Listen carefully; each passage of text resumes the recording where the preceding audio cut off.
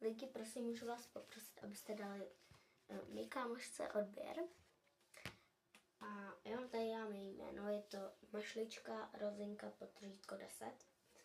Nebo už možná v tu dobu, když se koukáte na to video, _ 11, protože ona říkala mi, že se to asi změní, ale to až v létě asi, takže nějak v létě roku 2026.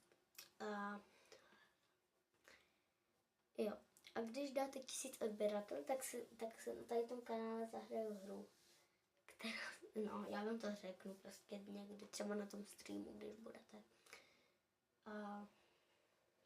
Bude na tom streamu ona, možná Tobiáš, možná oba dva. A zahrajeme si tam update a ten stream začne nějak ve 3, tak asi nepojedu někam nebo nepůjdu. A